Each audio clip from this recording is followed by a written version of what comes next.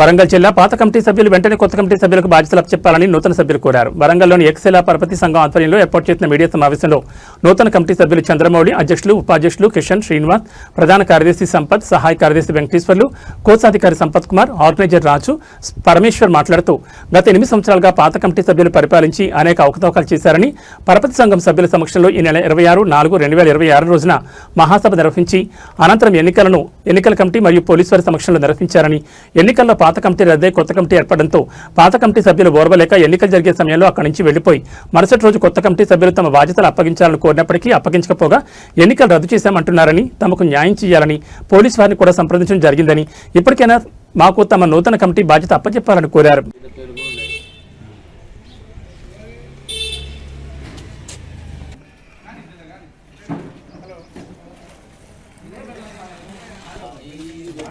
సరే ఏంటంటే ఈ మహాసభ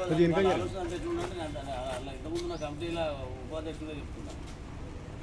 మనం ఎట్లా మనం ఎవరు తీసేస్తారు, మనమే ఉంటాం. ఒక మెంబర్కు 10,000 రూపాయలు ఇస్తాను. మాకు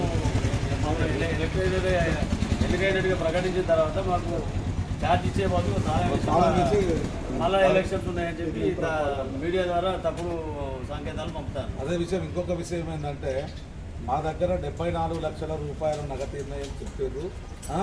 చెప్పి అది చూపెట్టకుండా మేము అడిగితే చూపెట్టకుండా పోయి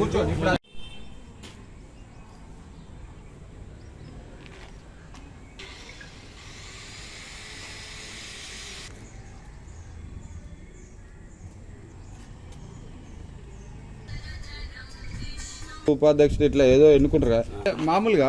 కమిటీలో తారమూర్తి చంద్రమౌళి అధ్యక్షుడు, జనరల్ సెక్రటరీగా మతపల్లి సంపత్రావు, ఉపాధ్యక్షుడిగా బాసాన్ శ్రీనివాస్, రెండో ఉపాధ్యక్షుడిగా బత్తల కిషన్, సహాయ కార్యదర్శిగా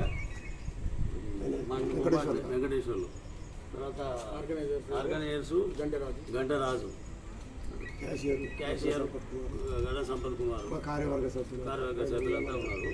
అయితే ఎలక్షన్స్